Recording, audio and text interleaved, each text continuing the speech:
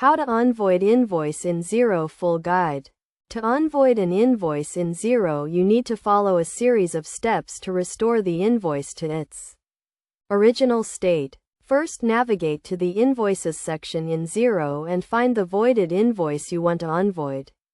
Click on the invoice to open it and then click on the More Options button at the top right corner of the screen. From the drop-down menu, select Unvoid Invoice. When you select Unvoid Invoice, a confirmation message will appear asking if you are sure you want to unvoid the invoice. Click Yes to confirm and the invoice will be restored to its original state.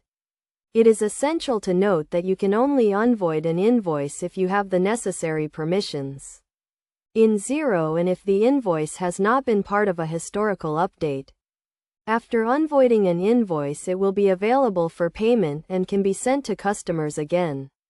Best practice is to review the invoice details after unvoiding to ensure everything is accurate and up to date. In some cases, you may need to reapprove the invoice or update the payment terms depending on your company settings. It is also crucial to keep in mind that unvoiding an invoice can affect your accounts and reports. So it is recommended to consult with an accountant or bookkeeper if you are unsure about the process.